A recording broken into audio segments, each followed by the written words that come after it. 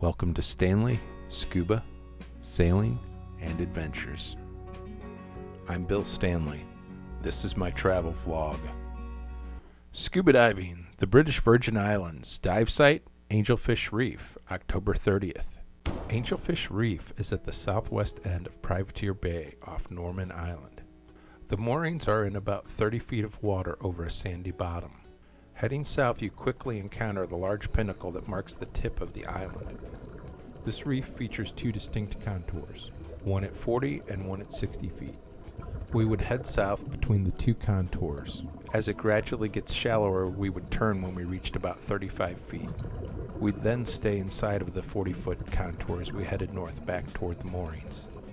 This video was recorded over the course of a single dive. The dive started just after 9 a.m. and lasted approximately 55 minutes. I recorded a maximum depth of 66 feet and an average depth of 32 feet. My dive computer also recorded water temperatures between 84 and 90 degrees Fahrenheit. This was the first dive of the trip and a shakeout dive. The shakeout dive site is usually fairly shallow, and the skill level for a dive site like this is usually rated at something like novice. I brought my large camera set up on this trip, meaning my Nikon and Icolite dive housing with double GoPros mounted on top. However, wanting to take advantage of the opportunity to do a shakeout dive, I decided to just bring my GoPro on a stick. My thought process being that if I had any major issues or challenges with my dive gear itself, it'd be easier to sort those out without being encumbered by the large camera rig. These spotted goatfish use their barbels to dig in sand for food. They're very interesting to watch. This is an Atlantic trumpet fish that I'm following and trying to get a better angle on. In the Reef Fish Identification Book, it lists the distinctive features for this fish as long, thin body and trumpet-like mouth. I'm not sure I see the trumpet-like mouth part. At this point, I think the trumpet fish thought he had some good camouflage and that I wouldn't see him. However, it allowed me to get a good shot here of his face and his mouth. I still don't see the trumpet-like part, but if you do, please explain it to me. Here we have a spotted moray eel. Its distinctive features are listed as speckling of dark brown or black spots and blotches that contrast with the color underneath.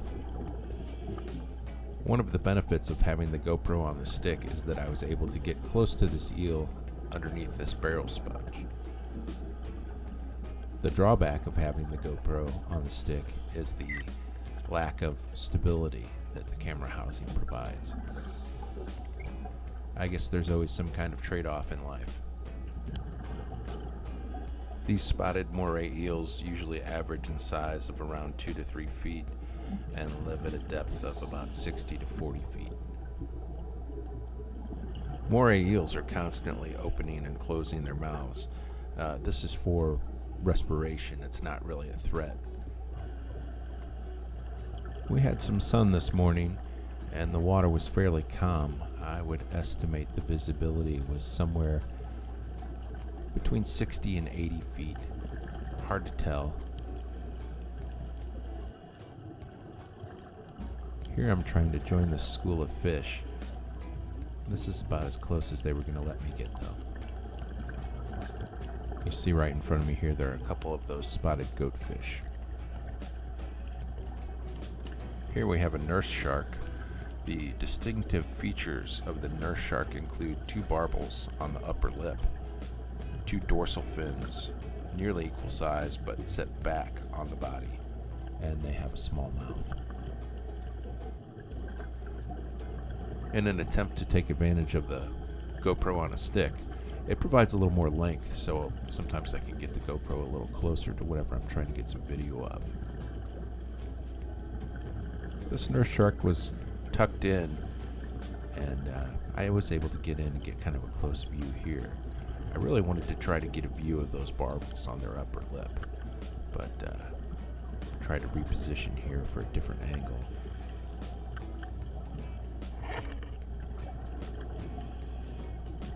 Here you can clearly see one of the barbels and the other for just a moment. I guess I spent too much time here with the nurse shark or got a little too close, but it eventually decided to swim off. However, it swam off at a leisurely pace, and I don't think I had disturbed him too much.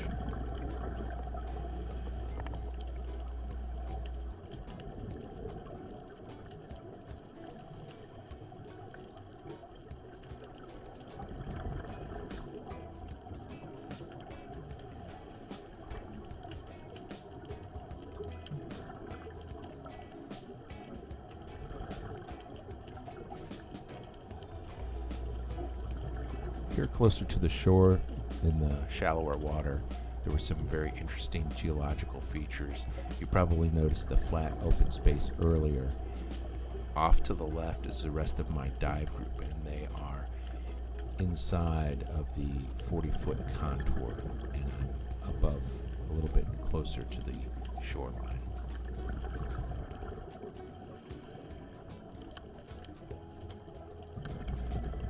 I saw quite a few parrotfish on this dive site, and in fact, here is a blue parrotfish passing in front of me just now.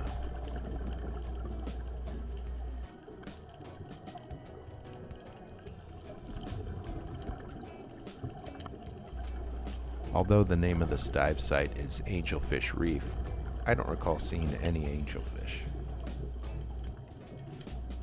I think that's kind of common with dive site names. I'm not sure why. I've been in several dive briefings and heard the dive master say this is called Angelfish Wall or Eagle Ray, whatever, and guess what you won't see on this dive site? This is the second stingray. At the very beginning of the video, I saw a stingray in the distance and tried to get close but was unsuccessful. I think this stingray thought he must have been hidden really well because he acted like I couldn't see him. Although this stingray is mostly covered, I'm fairly certain it's a southern stingray. These usually average in size from 3 to 4 feet, and that refers to the diameter of the disc. It doesn't include the tail.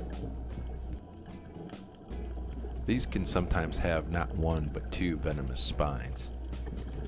I don't think I've ever seen one with 2 spines, but I'm not sure I've ever gotten close enough to the tail to really inspect for a second spine.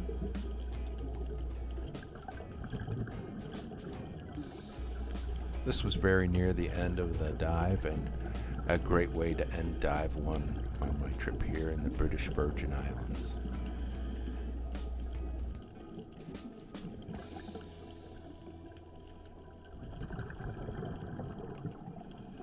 Thanks for watching. Please don't forget to subscribe, like, and comment.